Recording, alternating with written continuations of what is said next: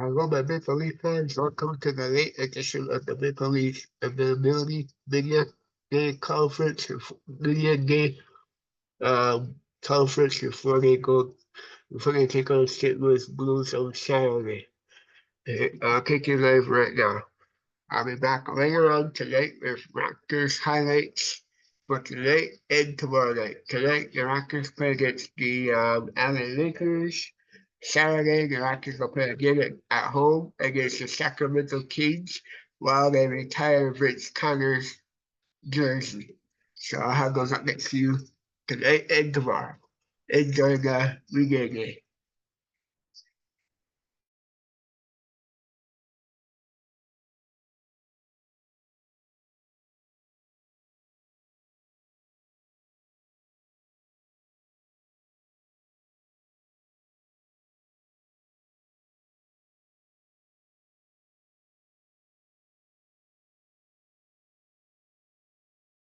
Sorry, I'm hot. No, I'm tired of being sorry, tired in general. And red, blazing rage. I just want to know, what is happening to me? So what do you like about the team's effort last night? Yeah, I mean, even, maybe a game we didn't have our best legs. I thought, we still competed hard and created chances and, capitalized on the chances that we got. I thought defensively when we had to defend, we defended hard and well. So, you're not going to have your best game every single night. So, I think that was a just a good game for us to get into that, maybe we weren't feeling the best, but, still able to have good structure and, get a win. Felt like that goal at first kind of changed the feel a little bit. What was the game plan going into that face-off? The plan was to go forward with the puck and, see what we could, make happen. He was drawing to the inside, so, I was fortunate to, when the puck dropped, it kind of landed and went right behind his feet and was kind of on my stick, so I just tried to make a play, and the tic-tac-toe happened really quick, so really nice play by Mitchie to find Nicey there too. What were your impressions of the little guy that you met yesterday who dressed up like you? Yeah, super nice.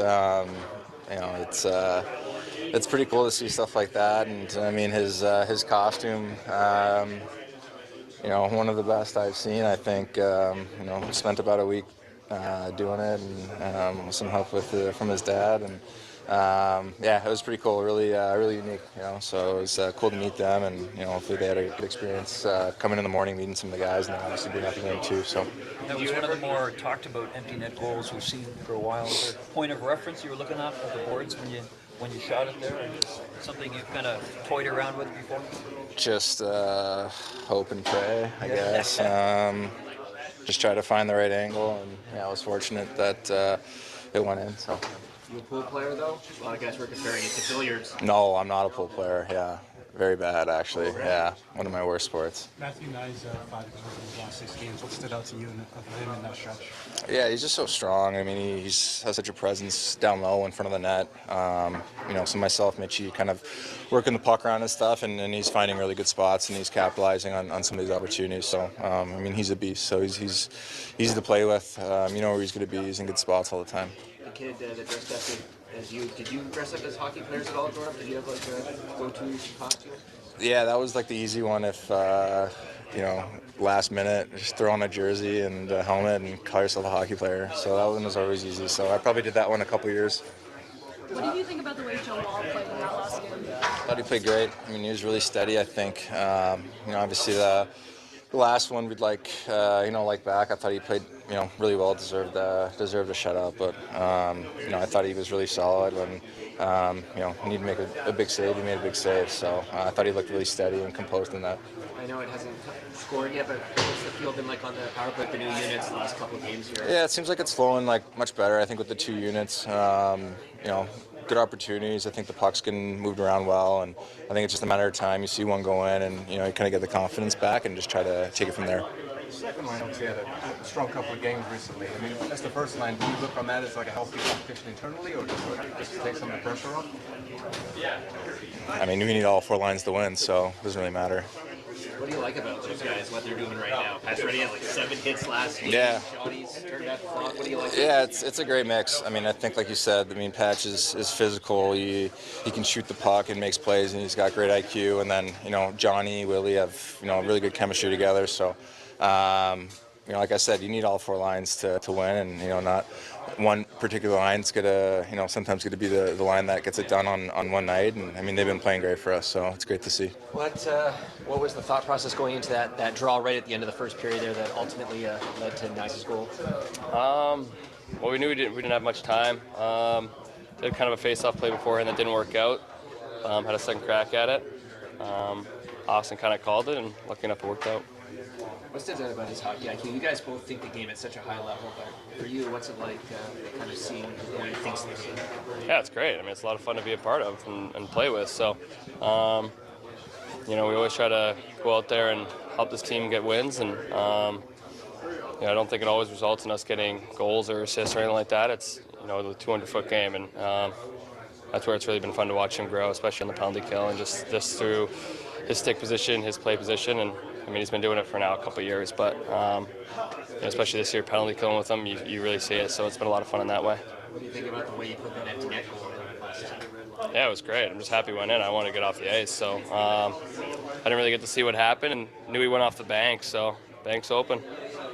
How impressed have you been with the way Matthew Knies has developed? Sometimes you forget how young he is in this league. Yeah, it's great. I mean, he's a big horse out there. He's a big fella, gets up and down the ice very quickly. I think I was saying earlier, it's not always, I don't think, the easiest to play with Austin and I, with just kind of the sporadicness and, sometimes we go in weird spots that I think we know where each other are, but some guys, can't really figure it out. So Knies has done an unbelievable job of that this year and really started getting along with it last year as well. So it's been great just to see him come into his own, and he's a big body, wins a lot of one-on-one battles and gets the puck back for us. And he takes a lot of abuse in front of that net, but gets results for it. Those 5 goals in his last 6 games, what's kind of stood out to you of him in that stretch? I mean, just his up-ice pressure. He's done a great job getting up ice, disturbing plays, disturbing puck battles. Finding ways to get us the puck in open areas that he can, excel off of as well. So it's been great to see, and when he's had his chances, he hasn't missed them either.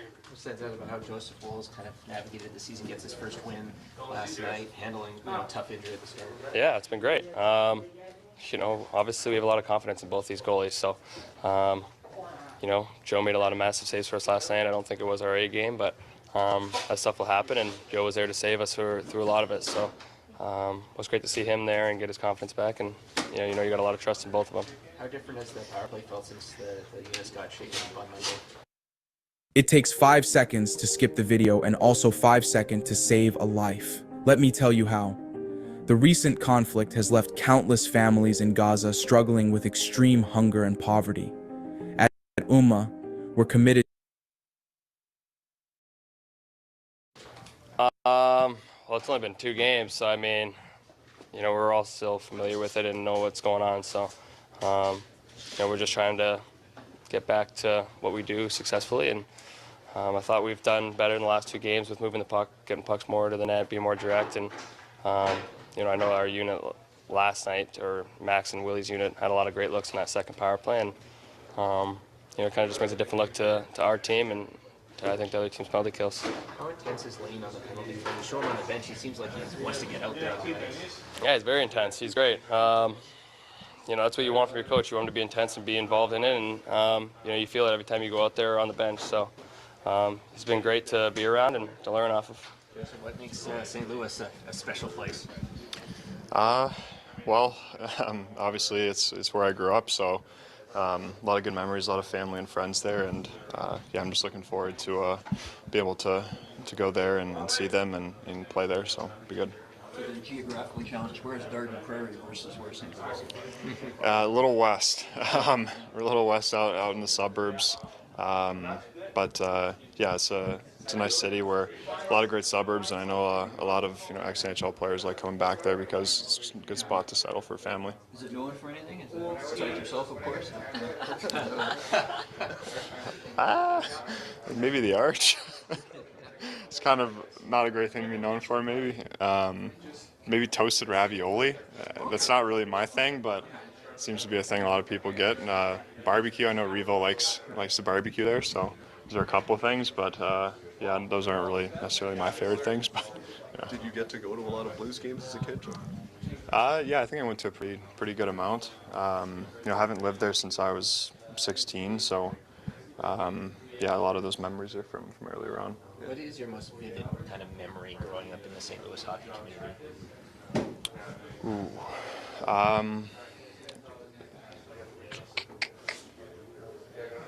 I would say, I don't know. Like there's a lot of memories sprinkled in with the guys that I grew up with. I grew up playing with a lot of players that are in the NHL now with Frederick and Clayton Keller and Logan Brown, and there's a handful of other guys, Kachucks, and there's plenty of memories sprinkled over my childhood of growing up with those guys and having coaches like Jeff Brown and Keith Kachuk and my goalie coach Bruce Racine. So yeah, a lot of great memories just spending time with those guys, and we were a pretty good team. Obviously, there's some pretty good players on that squad. I didn't see many shots at a young age because we were so good. So we were fortunate to win some championships and stuff. So some pretty cool memories there.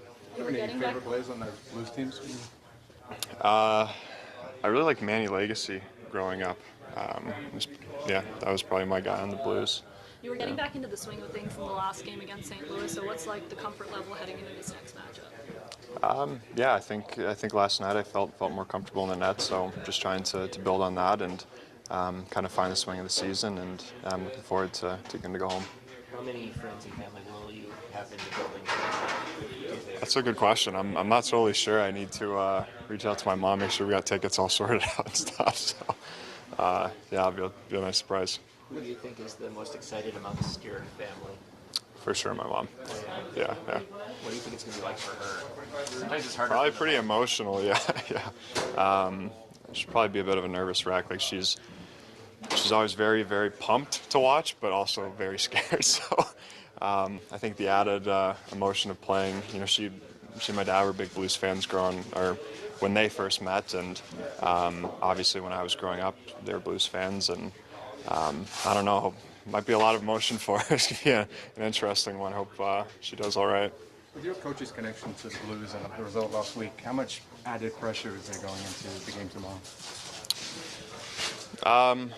Truthfully, I don't really think all that much. Again, like I spoke last night, I think pressure is something that you can focus on or kind of let sit in the background. I think regardless of who you play, what time of the year, there's always pressure playing here, and that's not really my focus. Just going out and doing what I need to do, and hopefully at the end of that, it's smiles and get to enjoy a win. You seem to have kind of figured out the mental health side of things despite all the adversity you face. I'm wondering, what's the biggest thing you've learned on that front that's helped you? Oh man, we'd have to go sit and grab a coffee or something.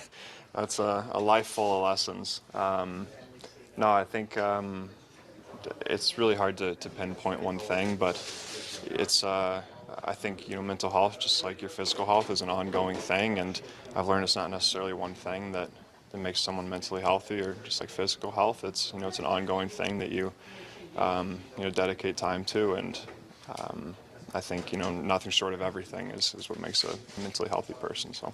What stands out to you about how Austin thinks the game really is? That play off the face-off in the first, the way he banks in the empty netter. What stands out about his hockey IQ? No, it's very high for sure. Not only offensively but defensively, he's always in good position as the low forward in your end and doing all the right things. But yeah, I mean, these guys see things. I mean, they ran a couple face-offs and he saw something and thought he could push it ahead, and it's just special players. When you're mapping out the goaltending, how much does the fact like Joseph's hometown's coming up, he hasn't played there before, how much does that factor into your decision making? Yeah, we always consider those things. They're not the number one and most important thing. So we're still talking about it, about the start tomorrow, and but it is part of the conversation. What are your own thoughts going back there tomorrow? Well, I don't know. It's just, listen, I had a great stop there, got a lot of special memories there and a lot of people that I became really close with there. I think, we had success there, and I work with a lot of great players that I'm very close to still. Obviously, organization too. But for me, it's a special place because of the people. I think it's, they love their sports and they really root their teams on, and it was I had a real good time there. What did you know of Matt Benning before he arrived here, and what do you think he might factor? Yeah, just briefly, you see him playing, and obviously coaching against him and things like that. So, I mean, he right-handed D. They're hard to find, a lot of these guys, and he looked good out there today, moved well, and for first practice. So, I mean, he plays a hard game, blocks a lot of shots. I think going back a few years, he might have led the league in block shots at one point. I don't know if that's a true fact or not, but it sticks in my head for some reason. But that's the kind of player he is. Starting the Tavares and Nylander unit on that second power play last night, is that you trying to stoke the competition, or kind of what goes into that? Yeah, it's just a decision I made at the time. Matthew's line was just out there in a shift, a little bit gassed. I put those guys up, but, it's trying to, see what they could do. They were having a good game, scored a couple goals. They made some plays. They had opportunities. So they were having a good game, and they deserve to go out there. Matthew Knies 5 goals in his last 6 games. What's kind of stood out to you in that recent stretch? I think that he just understands what type of player he is, and he's doing it shift to shift, in my opinion. That power forward, very strong, skating direct north, hard at the net, physical, those types of things. And he knows, when he creates those loose pucks for those guys to get to the net, and he's getting rewarded from it.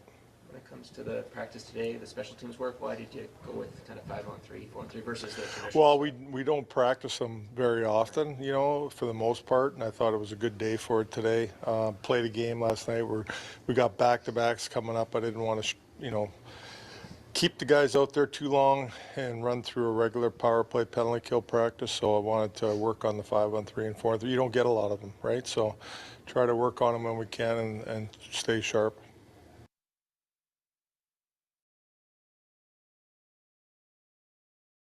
Hey, Matt, take a video. Eugene! What are you doing? What are you doing?